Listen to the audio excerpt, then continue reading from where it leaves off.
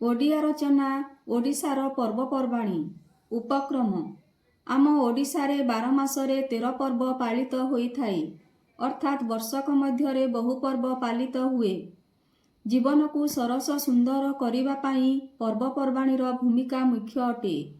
ପର୍ବପର୍ବାଣୀ ହେଉଛି ଆମର ସଂସ୍କୃତି ପରମ୍ପରାକୁ ନେଇ ଗଠିତ, ଯାହା ଆମ ଜୀବନରେ ଆନନ୍ଦ ଭରିଦିଏ। ବର୍ଣ୍ଣନା।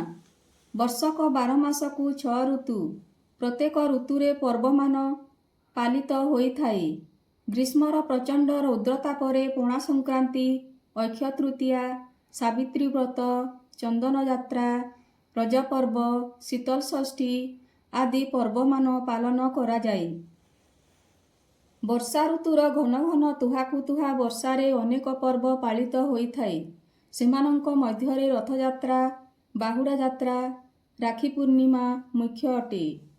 ଶରତର ସଫା ସୁନ୍ଦର ନିର୍ମଳ ପରିବେଶରେ ଜନ୍ମାଷ୍ଟମୀ, ନୂଆଖାଇ, ପୁଅ ଜିଉଁତିଆ, ଭାଇ ଜିଉଁତିଆ ଓଷା, ମହାଲୟା, ବିଜୟା ଦଶମୀ, କୁମାର ପୂର୍ଣ୍ଣିମା, ଗଜଲକ୍ଷ୍ମୀ ପୂଜା, ବିଶ୍ୱକର୍ମା ପୂଜା ହୋଇଥାଏ।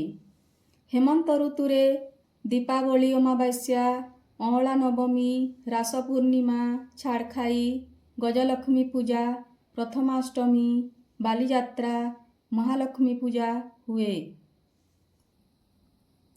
ଶୀତ ଋତୁରେ ନବବର୍ଷ, ଧନୁଯାତ୍ରା, ମକର ସଂକ୍ରାନ୍ତି, ସରସ୍ୱତୀ ପୂଜା, ମାଘ ସପ୍ତମୀ ପାଳନ ହୁଏ।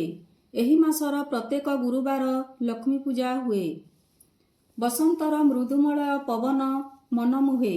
ଏହି ଋତୁରେ ମହାଶିବରାତ୍ରି, ଫଗୁ ଦଶମୀ, ଦୋଳ ପୂର୍ଣ୍ଣିମା, ହୋଲି ପର୍ବ, ରାମନବମୀ ପାଳିତ ହୋଇଥାଏ। ଶେଷ କଥା, ପ୍ରତ୍ୟେକ ଓଡ଼ିଆଙ୍କ ଘରେ ଘରେ ଏହି ପର୍ବମାନ ଭକ୍ତି ଆଡ଼ମ୍ବର ସହିତ ପାଳନ କରାଯାଏ।